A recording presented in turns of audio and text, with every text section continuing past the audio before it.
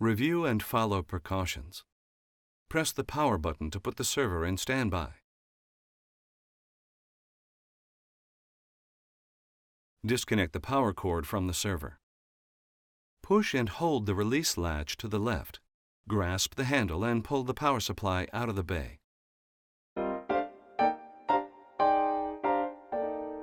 Slide the power supply into the bay until it is fully seated.